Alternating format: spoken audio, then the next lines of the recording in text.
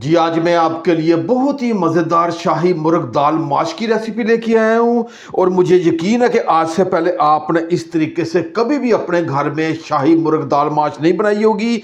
ये एक ख़ास तरीके से बनाई जाती है। आपने शुरू से लेके आखिर तक मेरी वीडियो को वॉच करके सिर्फ एक मरतबा आपने ये शाही मुर्ग दाल माश बनानी है। घर के तमाम अफराद इसे बड़े शौक से खाएंगे, बल्कि बार बार बनाने की डिमांड करेंगे। बहुत ही कमाल की मज़ेदार रेसिपी है। आइए अभी रेसिपी की तरफ चलते हैं।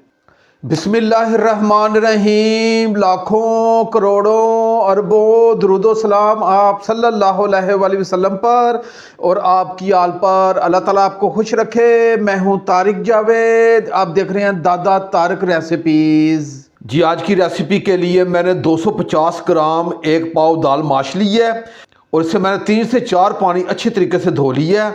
इसका धोना इसलिए ज़रूरी है क्योंकि इसके अंदर मट्टी वगैरह लगी होती है, तो आपने इसे अच्छे तरीके से धो लेना है।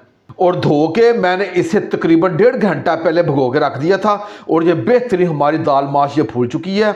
अब इसे मैं एक तरफ रखूँगा। जी चूल्हे की फ्लेम को मैंने ऑन कर ली है, ऊपर कढ़ाई रख ली है। अब इसमें मैं 3 गिलास पानी डालूँगा। बिस्मिल्लाहिर्रहमानिर्रहीम।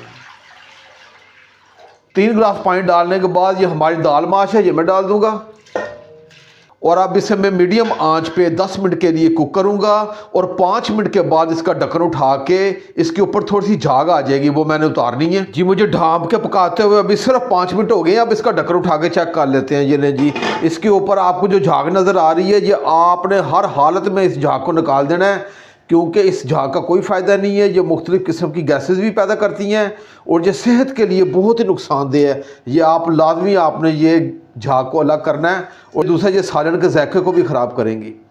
जी मैंने तमाम झाग को निकाल ली है। अब इसे मज़ीद 5 मिनट के लिए कुक करूँगा। इसे हमने 80% तक हमने दाल को कुक करना है। चूल्हे की फ्लेम को मैंने ऑन कर ली है, ऊपर कढ़ाई रख ली है। इसमें हाफ कप ऑयल डाल दूँगा। जी ऑयल डालने के बाद मैंने हाफ टी स्पून ज़ीरा लिया है, 2 अदद मैंने लौंग लिए हैं और 2 छोटे टुकड़े मैंने दालचीनी के लिए हैं, 1 बड़ी इलायची ली है, ये डाल दूंगा। और ये खड़े मसालों को सिर्फ 15 से 20 सेकंड के लिए फ्राई करूंगा। अब मैंने 2 अदद ये मीडियम साइज के ये प्याज लिए थे, इसे रफली काट दिए, ये डाल दूंगा। और प्याजों को हमने हल्का सा सुनहरी करना है, इससे ज़्यादा हमने जलाना नहीं है। आज आपने मेरे तरीके से शाही दाल माश की रेसिपी बनानी है और मुझे यकीन है कि आज से पहले आपने कभी भी इस तरीके से शाही दाल माश नहीं बनाई होगी। जी प्याज हमारे हल्के से सुनहरी होना शुरू हो गए हैं और ये आपको नज़र भी आ रहे होंगे। इससे ज़्यादा आपने ज़्यादा डार्क ब्राउन नहीं कर देना। अब ये थोड़ा सा पानी इसलिए डालूंगा ताकि ये हमारे प्याज ज़्यादा डार्क ब्राउन की तरफ ना चले जाएँ। अब 1.5 टेबल स्पून ये लहसुन है, इसके पेस्ट में डाल दूंगा। अदरक नहीं जाएगा इसमें, ये आपने बात को नोट कर लेना है। ये सिर्फ लहसुन का पेस्ट है जो मैं डाल रहा हूँ और लहसुन के पेस्ट को मैं अच्छे तरीके से मिक्स करूँगा और इसे 1.5 से 2 मिनट के लिए फ्राई करूँगा ताकि लहसुन का जो कच्चापन है ये ख़त्म हो जाए। जी मैंने लहसुन को 1.5 से 2 मिनट के लिए फ्राई कर ली है और लहसुन का जो कच्चापन था वो ख़त्म हो चुका है। अब मैंने 3 अदद ये हरी मिर्चें ली हैं, इन्हें लंबाई के रुख काट लिए, ये डाल दूँगा। अब ये अदरक है, ये 2 इंच का टुकड़ा मैंने लिया है, इसे लंबाई के रुख मैंने काट लिया, ये डाल दूंगा। और अदरक और हरी मिर्च को अच्छे तरीके से मिक्स करूंगा और 1 मिनट के लिए फ्राई करूंगा ताकि अदरक का बेहतरीन फ्लेवर इस कढ़ाई में आ जाए। जी मैंने अदरक और हरी मिर्च को तकरीबन 1.5 मिनट के लिए फ्राई कर लिया है। अब इसमें 1 टीस्पून ये कश्मीरी लाल मिर्च ली है और 1 टीस्पून मैंने खुश्क धनिया लिया है और हाफ टी स्पून मैंने नमक लिया है। नमक आप अपने जायके के हिसाब से कम ज़्यादा कर सकते हैं। और आज की शाही दाल में हल्दी नहीं जाएगी, ये आपने नोट कर लेना है। ये चीज़ मैं डाल दूंगा और ये डाल के इसे अच्छे तरीके से मिक्स करूँगा। जी मैंने तमाम मसाले डाल के अच्छे तरीके से मिक्स कर दिया है। अब मैंने बोनलेस चिकन लिया है। आपने आज की रेसिपी में बोनलेस चिकन इस्तेमाल करना है और इसका वजन है 350 ग्राम, ये डाल दूंगा। अब ये बोनलेस चिकन को अच्छे तरीके से मिक्स करूंगा और इसकी 1.5 से 2 मिनट अच्छे तरीके से भुनाई करूंगा। दाल माश को ढांप के पकाते हुए मुझे पूरे 10 मिनट हो गए हैं। अब इसका ढक्कन उठा के चेक कर लेते हैं। ये नहीं हमारी बेहतरीन ये दाल माश कुक हो चुकी है और इसे हम थोड़ा सा निकाल के चेक भी कर लेते हैं। ये नहीं हमारी दाल माश 80% तक कुक हो चुकी है। अब इसके अंदर 1 गिलास पानी है क्योंकि इसकी काफ़ी ग़िज़ाइयत इस पानी में आ चुकी है। हम इसे ज़ाया नहीं करेंगे।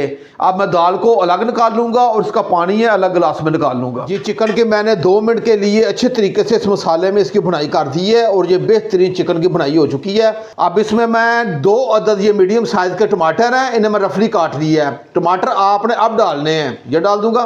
और जो तरतीब बता रहा हूँ इसी तरीके से आपने ये शाही दाल बनानी है। इंशाल्लाह घर के तमाम अफराद बहुत ही पसंद करेंगे और बार बार बनाने की फरमाइश करेंगे। अब इसे ढाँप के मैं 5 मिनट के लिए रखूँगा और आंच को हल्का रख दूँगा। आपने पानी नहीं इसमें डालना क्योंकि टमाटर का अपना पानी भी होता है और चिकन का भी पानी होता है। इसी में आपने हल्की आंच पे इसे 5 मिनट के लिए ढाँप के रखना है और जब 5 मिनट के बाद हमारा बेहतरीन ये चिकन कुक हो जाएगा। 5 मिनट के बाद इंशाल्लाह मिलते हैं। चिकन को ढाँप के रखे हुए मुझे पूरे 5 मिनट हो गए। अब इसका ढक्कन उठा के चेक कर लेते हैं। ये नहीं हमारा बेहतरीन ये चिकन कुक हो चुका है। अब ये चूल्हे की फ्लेम को थोड़ा सा हाई करूँगा और इसकी 1 से 2 मिनट अच्छे तरीके से मैं इसकी भुनाई कर दूंगा। जी मैंने चिकन की 3 से 4 मिनट अच्छे तरीके से इसकी भुनाई कर ली है और इसका जो ऑयल है वो भी अलग हो गया है और इस वक्त बहुत ही प्यारी सी खुशबू मेरे पूरे किचन में महक चुकी है। अब ये हमारी दाल माश है जो हमने 80% तक इसे कुक कर लिया, ये डाल दूंगा और इसे अच्छे तरीके से इस मसाले में मिक्स करूंगा और मिक्स करने के बाद इसकी 2 मिनट के लिए इस मसाले में इसकी अच्छे तरीके से भुनाई कर दूंगा। मैंने दाल की 2 मिनट के लिए अच्छे तरीके से इस मसाले में इसकी भुनाई कर ली है। इसमें 1 गिलास पानी हमने डालना है, लेकिन मेरे पास ये दाल का पानी है, ये बच गया है। ये आपने ज़ाया नहीं करना क्योंकि इसमें काफ़ी ग़िज़ाइयत है। जब दाल का पानी डाल दूंगा और पानी डालने के बाद इसे मैं अच्छे तरीके से मिक्स करूँगा और मिक्स करने के बाद आँच को मैं हल्का कर दूँगा और उसे ढाँप के मैं 5 मिनट के लिए रखूँगा। जी मैंने पानी डाल के अच्छे तरीके से मिक्स कर दी है। आपने किसी सूरत भी हल्दी नहीं डालनी क्योंकि शाही दाल में हल्दी नहीं डलती और जो दाल माश है इसे हमने थोड़ा सा वाइट रखना है। अब इसे ढाँप के मैं 3 से 4 मिनट के लिए रखूँगा। 3 से 4 मिनट के बाद इंशाल्लाह मिलते हैं। दाल को ढाँप के रखे हुए तकरीबन 3 से 4 मिनट हो गए हैं। अब इसका ढक्कन उठा के चेक कर लेते हैं। ये हमारी बेहतरीन ये दाल माश तैयारी के मराहल में आ चुकी है। अब ये चूल्हे की फ्लेम को एक मरतबा में ऑफ़ कर दूँगा। ये ½ टी स्पून ये काली मिर्च है, ये आखिर में डालेंगे और ½ टी स्पून ये गरम मसाला ये भी आखिर में डालेंगे और ये थोड़ा सा धनिया ये ऊपर से डाल देंगे और एक मरतबा मैं अपने तमाम मसालों को अच्छे तरीके से मिक्स करूँगा और मिक्स करने के बाद मैं सिर्फ 2 मिनट के लिए ढाँप के रखूँगा ताकि जो हंडिया की रौनक है वो ऊपर आ जाए।